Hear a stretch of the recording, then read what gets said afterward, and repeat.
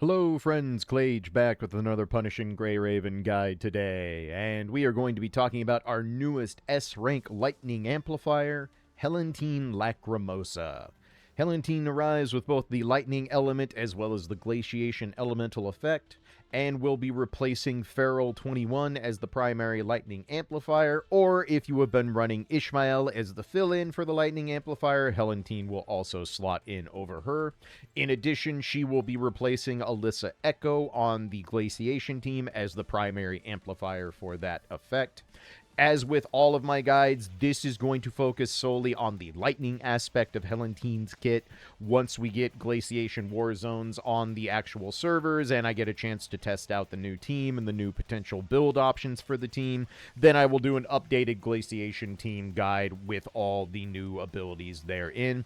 Just having gone over Helentine's kit in detail for this video, I can say she is going to be a very notable change for the Glaciation team, and my hope is that she makes that elemental effect relevant again, because if you've been playing for any amount of time at this point, you know that Glaciation is not an elemental effect you are going to choose willingly if you have any other option in Warzone right now. So hopefully Helentine is a much needed boost for that moving forward. But as with all of my guides, we'll go over everything you would expect.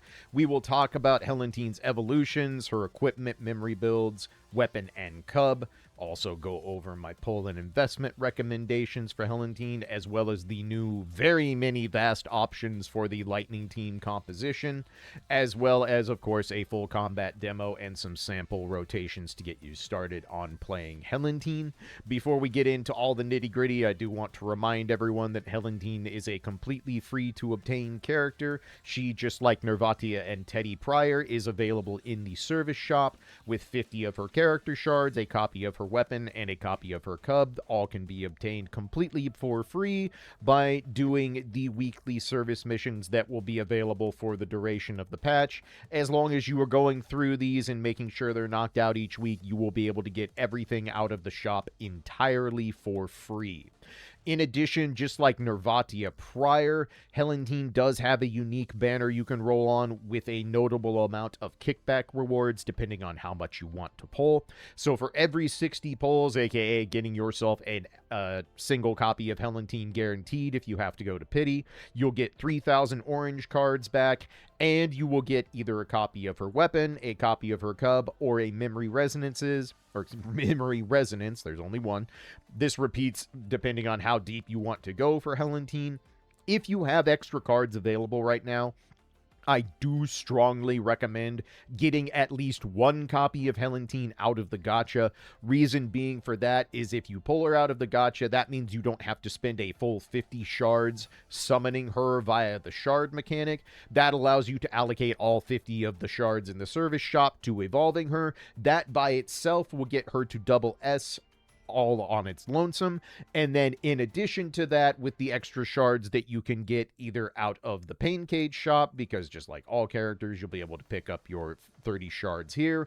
And since Helentine is free, you can also get extra shards out of the voucher shop. So if you've been saving vouchers up via the battle pass, or if you have saved vouchers from various different event modes, you can get some extra shards here. So Helentine is quite easy to get to double S3 and beyond, and double S3 is a very, very notable upgrade for this character. So if you have the cards available, I definitely recommend getting your first copy out of the gacha just to expedite the ability to evolve her to higher investment levels. So with that spiel out of the way, let's go ahead and start talking about Helentine's kit, and we will start with the evolutions as always. So at S5, using Helentine's hold dodge ability or either of her ultimates will activate all available QTEs. S5 standard remains the S5 standard. At double S, Helentine gains 45 manifestation points upon the first use of Scrutiny or Manifest. These are her static orb abilities that are tied into her base rotations. You will be using these often. This happens once per swap into the field, so once Helentine is swapped in, the first time you use either of these, she gets extra manifestation points. This is her core passive stack that is used to get her towards her ultimates and her final abilities. In addition to all that, she will gain 2 signal orbs after the the first use of Illusory Vision, which is her final ultimate. So free core passive stacks and a couple signal orbs just for using her base kit. At double S3, which is the most notable upgrade for this character, other than, of course, triple S being the amplifier buff bonus, but at double S3 is where this character starts to shine. First off, the effect of her Lightning Surge, which is her amplifier healing buff ability, is increased by 10%. This takes it to a total of 30% bonus lightning damage on any ally who is healed by Helentine. This, of course, includes herself. This will also apply if you are carrying Glaciation, so it'll just be 30% extra Glaciation damage instead. There's also some extra bonuses for Glaciation in other parts of the kit, so like I said, it's going to be a notable part of her abilities moving forward. In addition to that, her red orb combos grant an extra 5, 10, or 15 signature energy, depending on the amount of orbs pinged. They don't show the percentage in this tooltip, but it is in the skill tooltip. It is available for you to find, but a total of 15 extra signature energy if you do a 3-ping on a red orb skill. In addition, her max Metaphor stack will increase by 1. Metaphor is the stack that increases the overall damage of her ultimates when you use it, so this allows it to go from 4 to 5 stacks total, and when you swap Helentine in, she will gain a free stack of Metaphor out the gate. In addition to that, the first use of her static orbs in battle will grant extra manifestation points. This is going to grant an extra 15, so combined with the double S passive, you are now getting a grand total of 60 manifestation points the first time you use Scrutiny or Manifest. This is an only once per battle aspect, not every swap in, so just something to keep in mind there. After that, Congelation gained from Metaphor Surge and Illusory Vision, which are her ultimates, is going to increase. This is going to expedite the Glaciation elemental effect and help it be more optimal in getting that effect online and using the damage aspect of it. Again, I'll go over all that once we get to a new Glaciation guide. In addition to all of that, manifestation points gained from Delusional Spin, which is her red orb abilities, will increase to 20, 40, or 60, depending on how many orbs are pinged. This is up from 15, 30, or 45, so it's a notable increase in the core passive stack she gets for using her red orbs. This is important because this is what allows her to perform double ult rotations instead of single ult rotations, so again, double S3 is a very powerful jump for this character. Lastly, she will gain signal orbs after casting Metaphor Surge, which is her first ultimate of the two. So it's an extra 2 signal orbs there. So combined with the earlier, you basically are getting 4 free signal orbs for using both her ultimates. This one can only happen once per swap in. At triple S, whenever any member is swapped in on the team, the cooldown of all QTE skills is reset. This is also going to increase the effect of her amplifier healing buff by another 10%. This takes it to a grand total of 40 for either lightning or glaciation damage. Her max Metaphor stacks will increase by another single amount, so now she can have a grand total of 6 Metaphor stacks, and each switch-in will now grant an additional stack, so she will start with 2 Metaphor stacks instead of 1 once you reach triple S. Illusory Vision, which again is the final ultimate, will grant an additional Rhyme Seal. This is for the Glaciation kit, so again, we'll save that for the Glaciation guide. And lastly, the base damage of her final ultimate, as well as her red orb skills, is up by 40%. This is a pretty big buff. You normally don't see the pure ultimate base damage increase at triple S. It's usually reserved for the whale categories, so nice to get that a little bit early, especially on a free character where anyone can conceivably get her to triple S. At triple S3, the extra damage of her static orbs and red orbs will increase by 75%. At triple S6, the extra damage of all colored orb skills is up by 100%. And lastly, at triple S plus, the extra damage of Helentine's ultimates will go up by 75%. With the evolutions out of the way, let's talk memory builds, and there is a lot to talk about in a good way. Helentine is very, very flexible, and what memory builds work best for her are going to depend heavily on her investment level, and more importantly, the investment level of the other characters on your Lightning team. So, If you want an easy to build set that is going to be more or less future proof, that should work extremely well on Helentine, you can go with a full supportive build on this character of 4-piece Da Vinci and 4-piece Guinevere harmonized. Harmonizing should be available to anyone because, again, you can get a copy of the weapon entirely for free for the character, so there's no need to worry about pulling it out of the gacha. This build is going to be kind of the everyday driver for anything that is long-form fights, so Warzone, Norman, Pain Cage, Intensive Battle, anything that's going to be a drawn-out fight. This is a perfectly viable option to have. Helentine is a very potent on-the-field damager and does so without needing offensive memory sets. Obviously, offensive memory sets will make her damage better, but if you have a well-rounded investment across the entire Lightning team, this is going to be a pretty solid and safe set to build. The main reason for this set being more or less future-proof is that Helentine is brand new. Liv just came out this year, which means Nana Knight is most likely next on the chopping block for the Lightning team. And when Nana Knight's replacement comes, it's going to be a breaker. Like, we just know that future tanks are breakers now. And whenever the inevitable Lightning breaker drops on this team, Helentine is not going to be the primary damage dealer anymore. Like, that's just not going to be a thing. You have all seen what breakers do to this game. It is war crimes. So this is a good future-proofing set. As for your resonances, for the bottom, I have been running 6 class skill. However, the higher invested your Helentine is, the more likely it is she is going to become your primary lightning damage dealer. And I do think a hybrid resonance on the bottom of class skill and signature skill is probably going to be the best min-max option. I don't know if that's going to be a 3-3 split or a 4-2 split with 4 class skill and 2 signature, but that is going to be an option. If you are going to take Helentine to Triple S and beyond, I would strongly recommend toying with a hybrid on the bottom. But if you just want to set it and forget it, build one thing, you can just do class skill on the bottom, call it a day. Any 15 attack up top works fine for Helentine, regardless of what memory build you are using.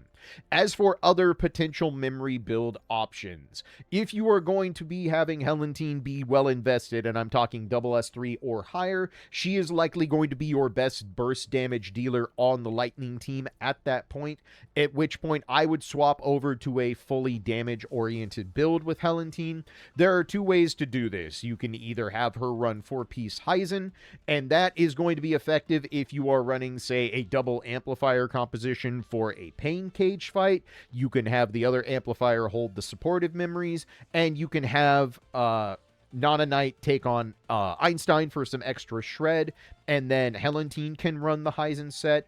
Or alternatively, you can put Heisen on Nana Knight, forgo the Einstein bonus on the shred, and then run Helentine's signature set, Kogito.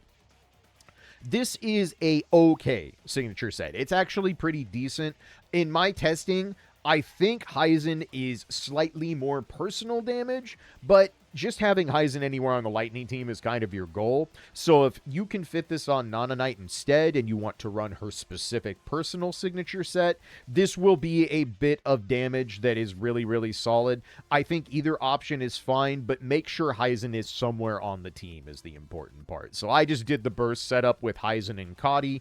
You, again, can do it with the signature set and Kadi. Either will work fine depending on how you want to go about it. Of course, you will harmonize over to Kadi if you are going this route, but this is going to be useful basically for Pain Cage bosses or in situations where Helentine is going to be your one main primary lightning damage dealer. If you are not a player who was able to get Liv on her banner, then running a double amplifier setup with this build will work perfectly fine. I'll go over in more detail for the team options when we get to the team compositions. Just know there are a ton of options available for Helentine specifically and the Lightning team in terms of how you divvy up the memories.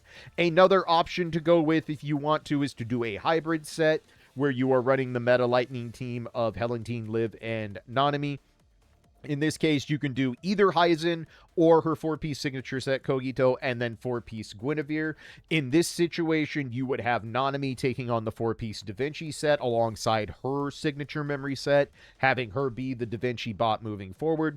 Even with Nana Knight's Leap, that comes in this patch, I have found that even at double S, Helentine can more or less keep pace with Nanami in terms of on-the-field damage. As soon as Helentine hits double S3, she just flat out outdamages Nana Knight, regardless of how you build them. So this is a nice hybrid build you can run if you still have a very high-invested Liv Limpidity who is running 4-piece Sig and either 4-piece Kadi or 4-piece Heisen. This allows Helentine, again, to pivot over to a hybrid build. And again, if you don't have Heisen on Liv, I would recommend running her 4-piece Heisen set over here. If you do have Heisen on Liv, then you can go ahead and run her signature set instead. The general rule of thumb with Helentine's memory builds is she is extremely flexible depending on the overall investment of the Lightning team writ large. You'll just have to determine what options you want to run with depending on what type of content you're playing and how well invested everyone is. Again, if you just want the set it and forget it set, you only have enough materials to build one set, and you don't want to have to worry about redoing things down the road, go with 4-piece DV and Guinevere, and it will work out just fine. But again, if you're going to be investing in Helentine anything from double S3 and beyond, I would definitely recommend at minimum the hybrid damage set or just putting full damage on Helentine as her main route. With that out of the way, let's talk about Helentine's weapon. Helentine uses the Whirligig Saw from Bloodborne, but it's also the spiked yo-yo from Star Tropics. Most of you are old enough to get that first reference. The second one, you kind of need to be a dinosaur like me. So I'm going to move on and talk about the weapon now. Helentine's 6-star weapon is very, very strong. It enables a lot of different things in her rotations. It is a very powerful upgrade, and since it's completely free to obtain, I highly suggest you do that. It's going to basically be required if you want to do her double ult rotations. I'm not going to be doing any non-6-star weapon rotations for this build since this is completely free. And keep in mind, the service shop is available even after Helentine's patch, so you don't have to rush to get this, but I do recommend getting her weapon as soon as possible. It is a very notable upgrade for the character, and getting it for free is some pretty good icing on the cake. As for weapon resonances, the good news is that Helentine does not need DLT in any way. From what my testing has shown, you're just not going to need this resonance on her no matter what you are doing. Since Helentine is an amplifier, prioritize Glorious Spear first, Axial Ray second. If you want to go the full 3-tap, I highly recommend Incandescence over Matrix Lightning. The reason for this is that Helentine is a force proc Matrix character, very similar to Bianca. She forces Matrix by holding down dodge. She cannot trigger Matrix innately by dodging an attack like a normal character can. And what this means is you are doing this at the beginning of her rotations, and that means Matrix Lightning is going to wear off before you get to the actual juicy damage parts of her kit. So Matrix Lightning is not terribly effective on Helentine in my testing. There may be something that changes that down the road. Rotations can always be modified. People can find new tech. But in my experience, Incandescence is just going to flat out perform better regardless of how you are playing Helentine. With that out of the way, let's go ahead and talk about the Cub, also free to obtain. This is a very strong Cub. I was kind of raising my eyebrows when I was testing damage in the training mode and on Legacy Pain Cage bosses. I oftentimes do testing without proccing any QTEs or Cub skills to get a better idea of where the base damage lies. But when I started adding in the Cub proc to the damage, it was a pretty big increase. So this is a good Cub. Nonetheless, the personal skill is quite good. Anytime she uses her red orbs, it will cause the Cub to do an attack that pulls in enemies, so the personal skill has the grouping built into it, which is quite nice. It means you don't have to worry about setting one active skill over another. But in addition to all that, it's also going to increase the base damage of her 2 combo red orbs and increase the damage of her first ultimate by 50%. This is a base damage increase, so this is a chunk. Very, very good Cub. Absolutely recommend leveling the personal skill first. If you get multiple copies, either from pulling on the kickbacks on the gacha, or if you want to spend some Cub tickets on the Cub and its gacha, you can add in the lightning and glaciation damage option.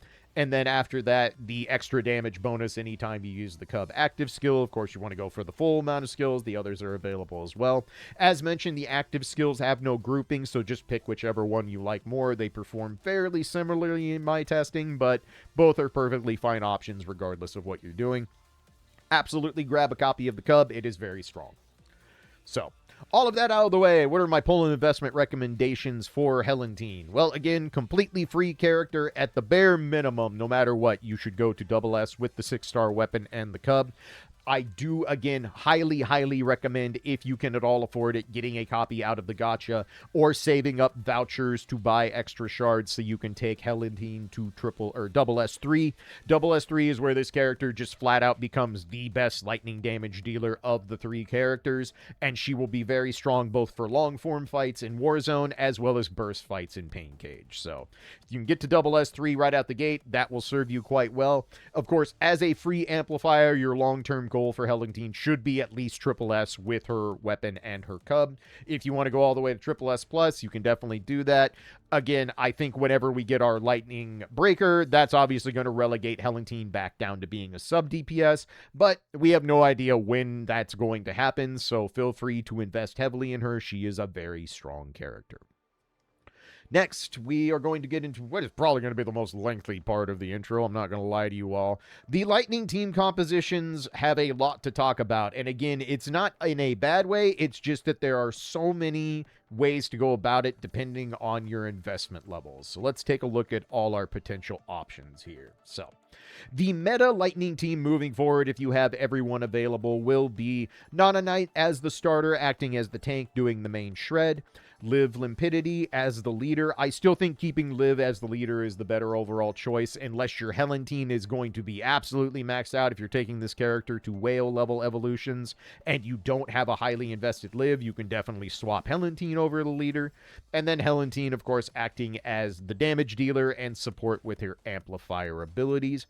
As for the ways to build the memory loadouts on these characters, and I'm actually using the team tags in this section because there were so many things I need to go over here, so bear with me, there's a lot to talk about. But if you want the set it and forget it build on Helentine, again, you can have her be a full support memory set. Her damage output is still going to outpace Liv if they are at equal investment levels, especially once Helentine hits double S3. She will absolutely outpace Nanami, even with Nanami's new leap ability. So this is a good option if you just want to have a foolproof future set. From there, Nanami is going to run her standard 4-piece Herschel, 4-piece Heisen. You probably already have this built. And Liv will run whatever set you've been running her on. If she is on 4-piece Natasha, 4-piece Heisen, keep her on it. If she's on 4-piece Natasha, 4-piece Cotty, keep her on that. You don't really need to change anything about what Liv is doing. The big choice will come in how invested it is Nanami. If Nanami is not triple S, I definitely recommend having Nanami hold on to the Da Vinci set instead of Heisen, and then moving Heisen over to Helentine if Liv doesn't carry it. If your Liv is running Heisen as her secondary set, then you can use Helentine's 4-piece signature set and 4-piece Guinevere, run the hybrid build, and go from there. Again, for burst heavy fights, once you have Helentine above double S3, I recommend a full damage set on her and then running a double amplifier build. And an option for that is going with anything where you don't have Liv available.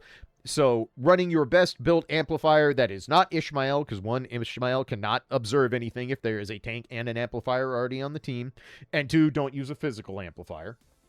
But your best built elemental amplifier alongside Helentine in a full damage setup and Nanami acting as shred for the team will work perfectly fine moving forward. You can do this a couple of ways. You can have Nanami either carry Einstein for the extra shred and then some other memory, or you can have her carry the 4-piece Heisen and then just have Helentine run her signature set instead of Heisen. So either option works fine, but this is also a perfectly fine way to build the team if you are lacking Liv at all. If you've not been able to roll her from the Philo Tree banners, you can run a double amplifier setup instead. If you do not have Nanami available, you can slot in Ishmael as the tank. Since Ishmael was on that S-rank selector we just had, you should have a copy of her available if that's who you chose. If you are running Ishmael as a replacement tank, you're going to run 4-piece Sothoth, 4-piece Da Vinci. Ishmael will basically be an off-the-field QTE bot at that point, and you will not need to do anything else with her. You'll just want Sothoth on so she gets her actual tanking abilities online. Then Helentine will pivot to either her hybrid damage and support memory build with 4-piece Guinevere 4-piece damage set, or a full 4-piece damage setup if you want to go that route, but I would recommend having 4-piece Gwyn on her somewhere. It's just too big of a bonus to pass up if she is your only amplifier on the team. If you are lacking budget, or if you are lacking either of the meta options, you need budget routes for the team. You can run A-Rank Chrome as a budget lightning tank. If you do this, just give him 4-piece Da Vinci and 2-piece Einstein as a basic supportive memory set. You can also run Vera Garnet as a budget lightning tank if you have her available. However, if you have Ishmael, there is absolutely no reason to run Vera over Ishmael. But these are budget options available to you if you don't have any of the new characters and you're a brand new player coming into Helentine's patch. I would recommend just running Chrome until you get a chance to build other characters that'll be available down the line. The general rule of thumb with the Lightning teams moving forward is it's just going to depend on how invested everyone is. If Helentine is well invested, double S3 and above with all her stuff and resonances unlocked and all that, she will be the best lightning damage dealer, full stop. She absolutely outputs really, really good damage, regardless of if it's burst damage or if it is multi-rotation situations like Warzone. Again, whether you want to go with a hybrid or a full damage or a full support build is going to depend on your other characters, but you can kind of copy anything from what I'm talking about here based on the actual investment of each character you have available. You'll have to mix and match and test things. Bare minimum, if you want to keep it simple, build the full support set for Helentine and then build a burst damage set. And that's going to cover 99% of the things that will come up with your teams regardless of investment levels. So if you want to keep it simple, just go that route. Should also mention meta memory resonances. For Nanami, it's going to be pretty simple. Class skill on the bottom, 15 attack up top. For Liv, again, nothing changes. 6 signature on the bottom, any 15 attack up top works fine. So the Lightning team has gotten a whole lot of flexibility with Helentine, but what is your optimal build, again, is going to depend heavily on your investment levels. And again, there might be other minor min-maxy things that are found over time as we get more and more tests in with actual Warzone and stuff when players are running the character in the actual testable environment. So just keep in mind that these are suggestions, but I do think any of these routes are going to set up the Lightning team to be successful moving forward, and Helentine is just a really strong damage dealer aspect of that whole thing. So with that extremely long-winded team composition and intro part of this guide, this is going to be a big guide for no reason on a free character. Good job, Clage. Let's go get in the training mode so I can teach you how Helentine works. Okay, so let's take a look at Helentine's combat kit. Helentine, much like Nervatia before her, has a very simplified and straightforward combat kit. She will not take you very much time to pick up and get the gist of, and I think that's perfectly fine for a free amplifier character. We shouldn't need to do scary math just to figure out how the character works if they're going to be free to obtain and are meant to be a big bolster to every player's account, even free-to-play players. So let's go through everything. It's not going to be too much, and we'll go over how she works in totality. So basic stuff first. Helentine's basic attack strings have absolutely nothing remarkable about them. She has no specialized hold basic skills or anything unique about it. They literally just build up orbs and do some damage and build a little bit of signature energy. In her base stance, which is called Tether's stance, and her stances are less stances and more states of what she's in. You will not need to manually juggle about in your head how to go between the stances. It comes very organically with just playing the character. But she does have two different stances. Her first is called Tethered Stance, and during this she only has access to her yellow and blue orbs. In her secondary stance, which is called Gossamer Stance, she will only have access to red orbs. The only reason I'm mentioning this early is that all the basic attack does is build up orbs for whatever color stance you were in. So if you are basic attacking in Gossamer, you'll build red orbs. If you are basic attacking in Tethered, you will build yellow and or blue orbs. Pretty simple and straightforward. Next, let's go over core passes before we get into anything too special. So she has a very, very simple core passive gauge. The 4 gauges of her Whirly Gig Saw icon here represent the manifestation points. How this effectively works is these are broken into gaps of 60, so for each section of the bar, you will have 1/4 of it, so 60, 120, 180, 240 if you go all the way. To use her first ultimate, your first goal is to get to 180 or more manifestation points. So once you have hit the third bar full, you can use her first ultimate. And this is going to be important because you don't always need to max out the manifestation points to get this character to do what you want her to do. The other core passive gauge is the number in the center of the Whirligig Saw. These are the metaphor stacks that I mentioned in the evolution section. Each metaphor stack is going to give a bonus of 20% damage for Helentine's ultimate. So however many stacks you have, multiply that by 20%, you'll get that much extra damage on top. Again, if you are at double S, you will come on the field with no metaphor stacks at all, and you have a max of 4. At double S3, you will come on the field with 1 stack and have a max of 5. And at triple S or higher, you will come on with 2 stacks and have a maximum of 6. So these build up through doing a couple specific attacks in Helentine's kit, but again, not something you need to micromanage or worry about. However many stacks you have, or is however many stacks you have, Helentine has pretty straightforward rotations in my testing, and again, those can always change and evolve as people learn more about the character. But in my time with her so far, I've never felt the need to focus on maxing out every single core passive to get good damage with the character. So, next important thing to talk about is, as I mentioned, Helentine cannot proc Matrix normally by dodging an attack at the last second.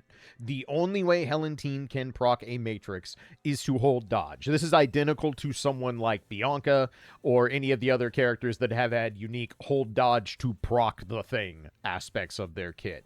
You will know when you have Matrix available by the spider web that goes over your dodge icon anytime this is online. This means if you press and hold dodge, you will in fact proc Matrix.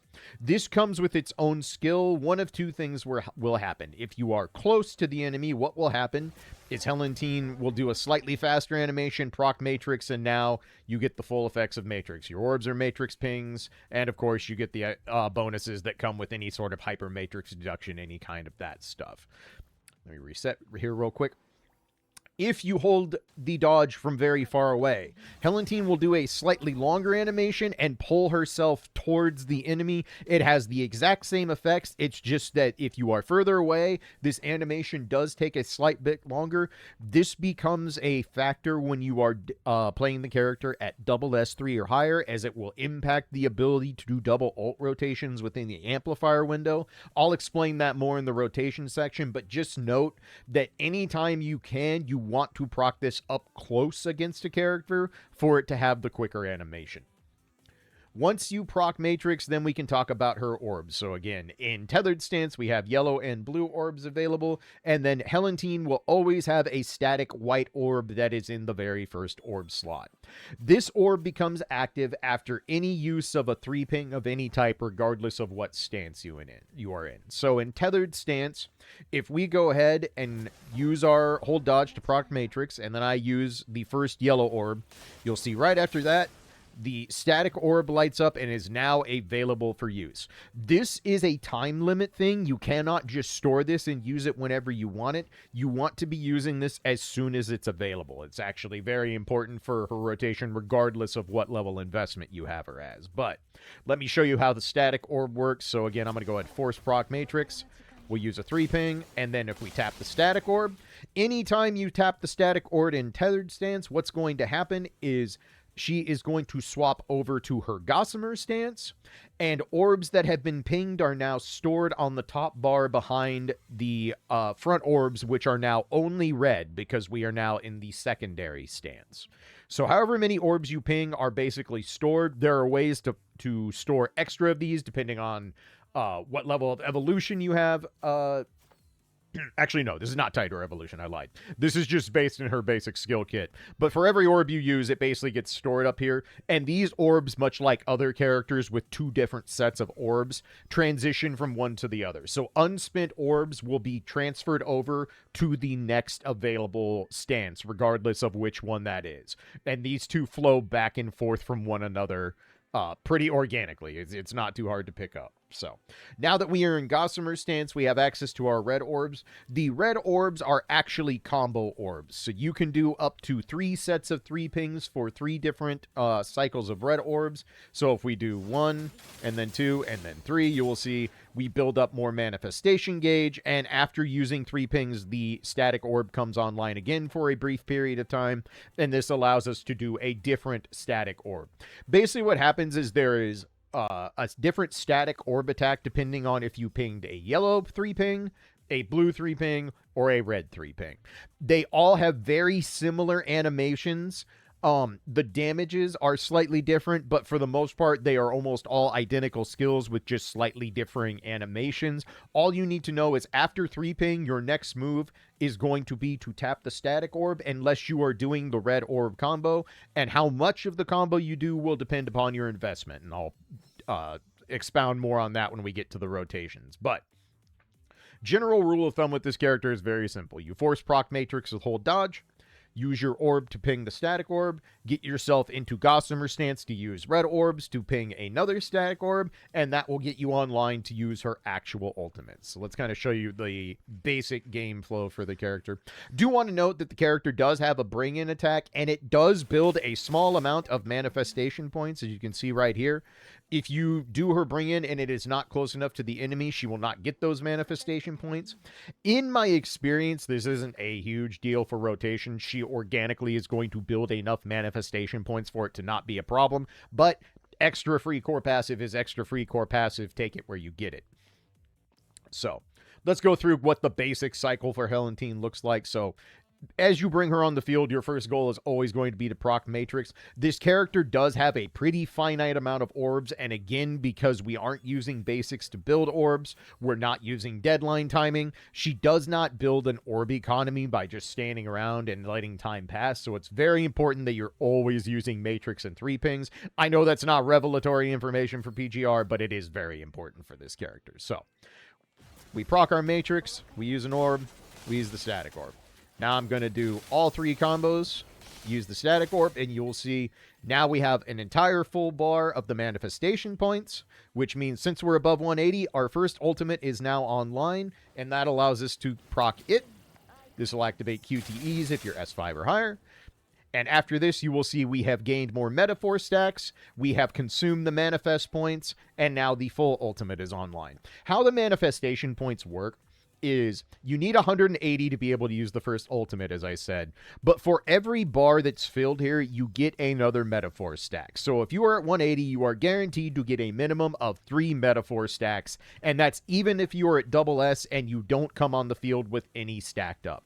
If it's fully maxed out, you get a total of 4 stacks. You will never get more than 4 metaphor stacks for using the first ultimate. But since we have the full 6 here as a triple S Helentine, effectively what this means is now the base damage of her full ultimate is going to be multiplied by 120%, which is not nothing. So, but we've gone through everything. We now have the second ultimate online. So if we proc the second ultimate, the Whirligig Saw does Whirligig things, and we go back into base form. After using her second ultimate, Helentine will always go back to tethered form. So the yellow and blue orb form will be the stance she is in every single time after you use her full ultimate. If you are at double S, this is basically all you can do. You will be able to do 1 rotation of using both ultimates, and then you are flat out going to be out of orbs and not able to get another rotation online. Also note that when you are doing this rotation as quickly as possible, you will not have the matrix back up to force proc on the second rotation, but I'll explain that in detail in the actual rotation section. But nonetheless, that is more or less the entirety of this character's kit. There is basically almost nothing else to explain about how she works. You bring her on the field, you force proc matrix with hold dodge, you use 3 pings and matrix pings to trigger the static orb, tap the static orb to build up core passive gauge, and eventually do the first ultimate, which leads into the second ultimate. Helentine flows a little different than a lot of these characters. In a lot of situations where we have characters who have a first ult and then like a second or final ult, it tends to be some combination of spend resources to cast the first ult, which puts you in the secondary mode, which you then build up resources to cast your second ultimate. For Helentine, it's transfer in and out of the two stances until you build enough for both ultimates. That's basically the long and the short of it. So if you want to see what this looks like in practice at the absolute base level, it's very simple. Helentine comes on, we proc Matrix, we do a 3-ping, tap the static orb, we do the red orb combo, tap the static orb, and then immediately hit ultimate, and then the second ultimate will be online right afterwards thanks to the signature energy that's built. There you go. You've done an entire rotation for Helentine.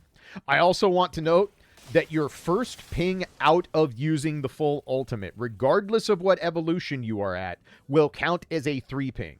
And this is to cover for the fact that if you're doing this quickly, you are not going to have access to the Force Matrix proc. This makes it so that even though you don't have a lot of orbs available, you will still be able to use a 3-ping and another instance of the static orb if you want after casting her full ultimate. Something else I do want to note about Helentine's basic attacks is that she does have dodge cancels, so you can do things like yellow 3-ping into a dodge cancel. However, I do not recommend using this in any way, because what happens is if you dodge cancel the animation, the static orb does not proc. You essentially need to let these orb animations play out entirely for the static orb to come online. And this is pretty notable because this means there is no real way to kind of cheat the animations and speed up her overall rotations. She is pretty much married to the idea of letting her orb animations play out so you can use the static orb and build your core passive reserves to get up to her ultimates. So if you have an itchy dodge finger, make sure you are not accidentally tapping it while you are doing her orb skills, because it can and will cause the static orb to not proc, and that will brick her entire rotation basically immediately. So these are dodge cancelable, but at least in every instance I have tried to find to use them for any kind of tactical advantage, all it does is cause the static orb to not proc, and then I just kind of feel dumb. So there may be some niche applications, maybe there will be some newfound tech down the road that allows some sort of dodge canceling while maintaining the static orb, but from what I have found, it is not really viable to use her dodge cancels in a meaningful way. I should also note that the static orbs cannot be dodge canceled basically in any way that I have found. So if I do like a basic one and go into this dodge animation, you will see I cannot cancel that animation by mashing dodge. The one thing that can cancel an animation I have found, and it's basically just part of the rotation, is that, here, I'll do the thing just for prosperity's sake. But,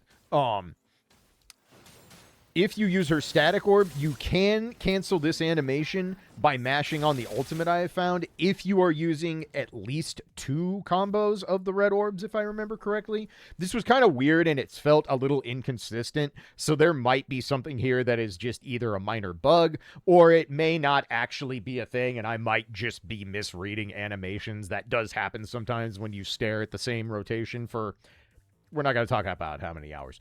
But nonetheless, this is basically the one animation I've found that seems viable to cancel. So if we do all 3 of these and we start the orb, you'll see mashing on the ultimate made the animation for the static orb ping in quicker, and now we can go ahead and do full ultimate. So once you have your first ultimate online, basically what you should take from this is that you can start mashing the ult button as soon as you see it come up.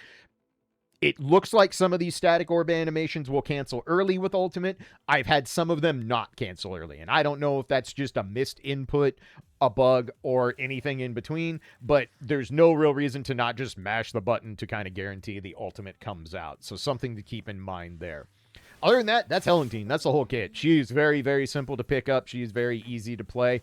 There is one little caveat, and that is going to come with her SS3 rotation. And since we're already on that subject, let's go ahead and start taking a look at the 2 sample rotations I've parsed out for y'all. Okay, so let's go over the rotations I've been able to parse out for Helentine. Gonna have 2 of them today. There'll be a rotation for if you are below SS3, and then a rotation for every investment at SS3 or above. So pretty simple output to go over today. As always, same disclaimer I give in all of my guides. These are not guaranteed to be the strongest, most optimal rotation that will absolutely set the stage for the rest of Helentine's run as an on-field damage damage dealer. These are what I've been able to parse out as very solid, easy to use, and good damage rotations in the time I have been testing with her. That said, Helentine's kit is very straightforward. I don't think there's going to be a ton of deviation from these rotations in terms of what her options are as an on-field DPS, but players at the highest end of Warzone are very innovative. They're going to come up with ideas that I didn't think of in the short time I had to test. So as always, take these rotations with a grain of salt. They are not guaranteed to be the absolute most min-maxy optimal thing you can do, but nonetheless, they are both pretty simple to pick up. The double S3 and above comes with some caveats, but let's start with the double S rotation. So at double S, Helentine does not have enough orb economy to do multiple rotations in a single cycle. Even with deadline timing, she cannot realistically do a double ult rotation due to how her orbs work. So at double S and below, what you're going to do is just go through her cycle once and swap her off. It's going to be very similar to how Nervatia plays on the Nihil team, where you just come in, do your rotation ASAP, get out. So let's go ahead and go through what the pieces are of that, and then as always, I'll do a real-time one with the annotations and all that fun stuff. So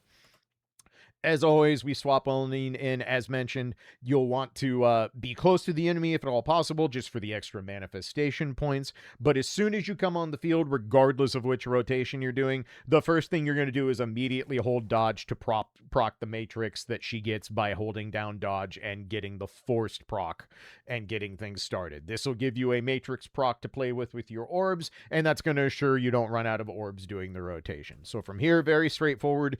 Any matrix being worked, ping your favorite orb that's on the bar. It truly does not matter. They're all going to spin one orb, and they're all going to light up the static orb. Very briefly, you want to hit these as soon as possible. It's not nearly as time relevant on the SS rotation since we're only doing a single rotation, but if you are SS and have the intent of getting her to double S3 and higher down the road, get in the habit of proccing the static orb as soon as you possibly can, because you are on a strict time limit for double ult rotations. So from here, we proc the static orb. This swaps us over into Gossamer stamps, and now we can do our 3 full combos of the 3 red orbs. So it's going to be 3 red, 3 pings in a row to do the full combo.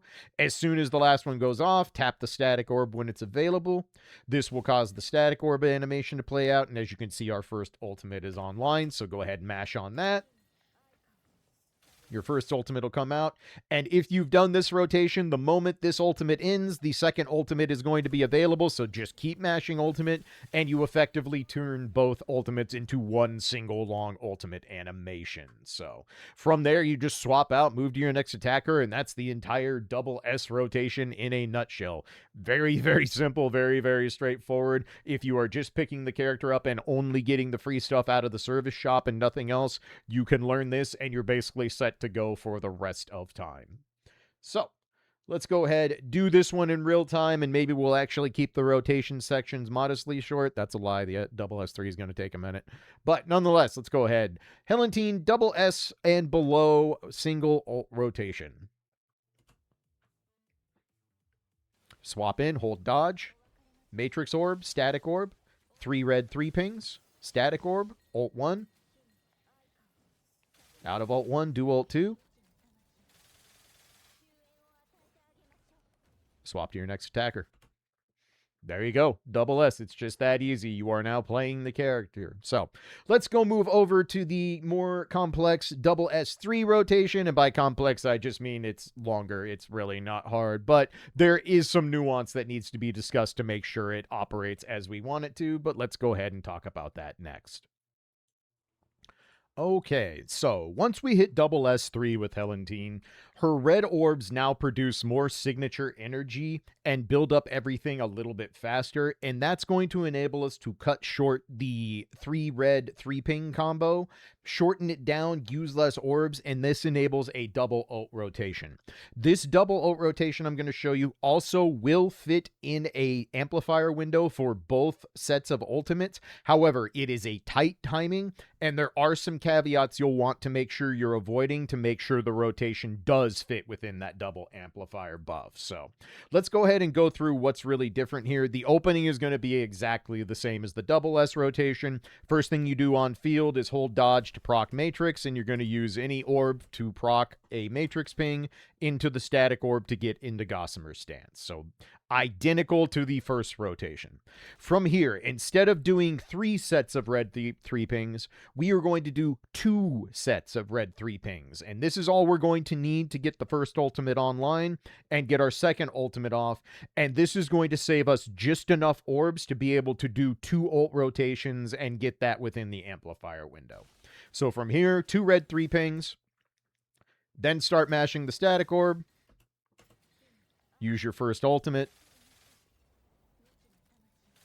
Second ultimate goes off. If you're mashing ultimate really fast, you will not see a break between these 2 cutscenes. Just note that. But there is a break between ultimate 1 and ultimate 2. They don't chain into one another completely seamlessly. But if you're a really fast masher, or if you're just a scrub like I am, oftentimes you will just see it play out as one giant cutscene. Out of the second ultimate, as you can see, we have a lot more orb economy to work with since we only use 2 red 3 pings and her innate bonuses she gets with her SS3 passives, so we can play along from here.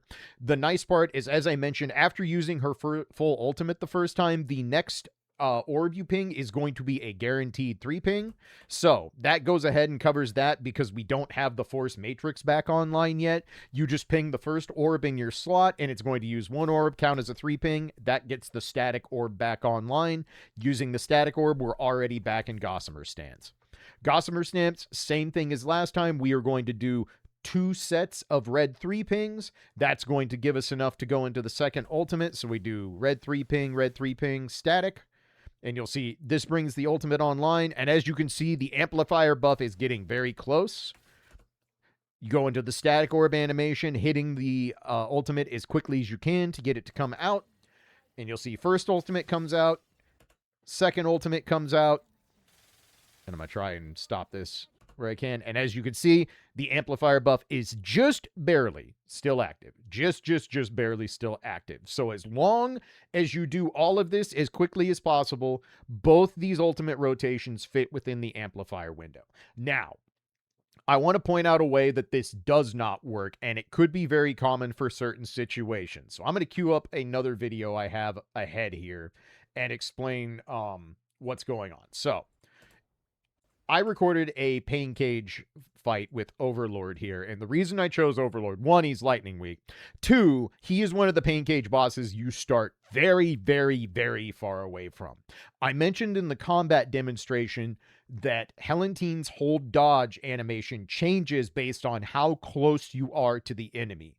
They have very similar amounts of animation frames, but when she is further away, that animation is modestly slower than if she is close to the enemy. And what that means is if you bring Helentine on the field and have to do the whole dodge while she is very far away from the enemy, what's going to happen is you're actually not going to get the second ultimate done before the amplifier buff runs out. So I kind of glossed over this, but as you can see, when she comes on the field, even though the bring-in launches her forward and holding dodge also launches her forward, this animation is still slightly longer. So even though I'm going to go through the SS3 rotation as quickly as possible, what you're going to see is the amplifier buff is just barely going to run out before we finish our ultimates on the second rotation. So our 3 pings, static, 2 red 3 pings, static again. And you see right there, just before the first ultimate starts, amplifier buff expires. So in Warzone, as far as I can tell, this is not going to be an issue. You are basically almost always going to be close enough to an enemy that this will not cause a problem anytime you're using Helentine in Warzone. But for burst fights in Pain Cage, this is a very real possibility, and I've really only found one way to deal with this if you need to fit both rotations in the amplifier window for your kill, and that's basically having your starter get closer to the boss first. So like in this fight, for example, the only way I could get the SS3 rotation to fit within the amp window was to have Nana Knight basically do 2 dodges forward to close the gap, then swap in Helentine and hold dodge, and then do the rotation from there. So I just wanted to highlight this. If you are doing this rotation and you keep falling just short of the double rotation fitting in the amplifier buff, this is almost certainly why. It's not that you're executing the rotation any worse, you're not being slow or anything like that. It's just that the difference in animation on her hold dodge does basically make or break her ability to fit within the amplifier window. So I want to take a moment and go over that. But other than that, that's effectively the whole rotation. It's not hard to do. It is basically just doing the double S rotation, but instead of doing 3 red 3 pings, we only do 2 red 3 pings, and we do the whole thing twice. That's the whole deal. So very simple, very straightforward to do. So let's go ahead, cut back to the beginning, and I will do the voiceover annotations, have those off to the side so you can practice. But this will work for Helentine anywhere at SS3 and above as long as you have her signature weapon. And again, it's free to get, so I am operating on the idea that you will have her signature weapon for these rotations. Swap Helentine in, hold dodge, any matrix ping, static orb. 2 red 3 pings, static orb again, Alt 1, Alt 2, tap any orb for the matrix ping, static orb, 2 red 3 pings, static orb again, Alt 1, Alt 2, swap to your next attacker. Which took me a lot to do in this one. I just forgot to do it because I wasn't paying attention, but you get the point. There is your double S3 and above rotation for Helentine. That should basically work regardless of how much higher you take her investment level. I haven't found anything that comes anywhere near close to fitting a 3 ult rotation, even by trying to hold orbs and pass them on to the next time. The way Helentine's kit works kind of demands you go through the motions with her. But getting a double ult rotation that fits in the amplifier window is big business for an amplifier, and I think it's going to really, really show just how good her damage is. Like I said, I was getting better results in burst fights and even some long form fights with Helentine over my triple S libs, so pretty good all things considered. With the rotations wrapped up, I think we can go ahead, get to the outro, and we'll call this one a guide. All right, so that will put a wrap on Helentine's guide. All in all, I'm pretty impressed with this character. She's completely free to obtain, and getting her to SS3 or higher basically enables her to become the lead DPS for the Lightning team, so long as your other 2 members are not completely decked to the nines with, triple S plus levels of investment. She should give the Lightning team a pretty notable boost overall, especially alongside Nana Knight's Leap. That's just a whole lot of new benefits for the Lightning team writ large, and I think it's going to make for some very interesting high-end min-maxi rotations once everyone figures out what the most optimal setup and routing is for that. But Helentine in general, I think, is going to be pretty simple and straightforward to play. Just like Nervatia, I think her kit is very much designed to point you in a singular direction for how she gets her damage done, and what damage she does is extremely effective. So I think all in all, a very good job for a free-to-play character, getting online and being a big boost to basically every single player who takes the time to do the missions and get her unlocked. So always happy to see that with anything with PGR. I also did a community post the other day, but as most of you probably noticed, I did take a pretty long break between the beginning of Alpha's patch and actually making this guide. Between Alpha's somewhat underwhelming release, although I do have to admit she has become much more nuanced, at least in how you play her in Warzone moving forward, which I'm very happy about. She does have more than hold down button to charge to ultimate, and that of course makes me very happy as an Alpha fanboy, but nonetheless, the patch itself was kind of barren overall, and there just wasn't really anything that left me very inspired to want to make a video on during the rest of the patch. So I took that time to give myself a bit of a breather and, more importantly, get out of my office more. It's the dead of summer here right now, and my office is on the top floor of my house that faces directly west. So even as I record this outro right this very moment, I am effectively doing it in a sauna, and it's not the most fun, let me tell you. That said, I'm feeling pretty reinvigorated, and there's going to be a lot I want to talk about during Helentine's patch. We have Nanami's new leap. We have the update to the weapon harmonization system where Selena is going to be the first character to be able to access that. So I'm going to do something on that to let everyone know the details, how that works. And of course, Helentine being part of the glaciation team is hopefully going to give me a good reason to do an updated glaciation team guide that will hopefully be an actual effective choice to use in Warzone. Because right now, if you see glaciation in Warzone or on a pain cage boss, you're either choosing the other Warzone option or you're bursting down the glaciation boss with a breaker or something. You're probably not using the actual team because it is feeling very, very outdated at this point. So very glad it gets a boost as well.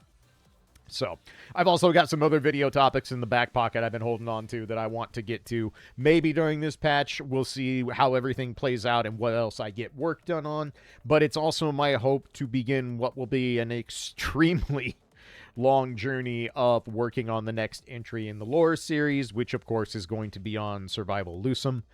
That is one of, if not the most well-regarded chapter in Punishing Grey Raven's entire story history. So, I have a lot of expectations to live up to make sure that video does not suck. So it's going to take a long time. It's going to take a lot of effort, but it is my intention to get started on that sometime here in the near future. Maybe once it cools down a little bit and I don't have to sweat every time I try to sit down and record. Although thankfully I can record gameplay with my fans on because then I don't have to do voiceover. Nonetheless, all of that said, that will be in the cards along with other stuff in the near future. But for now, I'm going to get out of this sauna and be literally anywhere else in my house and start working on plans for the other videos for this patch. So, as always, if you've got any questions, if I made any errors in anything during the guide, let me know in the comments down below. I will update with a pinned comment for any corrections that need made. And yeah, as always, I really appreciate y'all's feedback and support. Thanks for being patient while there was kind of nothing going on for the better part of a month on this channel. But like I said, Alpha's patch just didn't leave me with anything I truly wanted to talk about, and I don't like making videos for the sake of making a video. It's just not how I work. You all know that by now. So, but until then, enjoy getting Helentine set up and online, and for now, I'm going to call this a guide, and we'll move on, and I will see you all soon for some more PGR content. So, as always, y'all be good, take care of one another, and I'll catch you in the next one. Peace.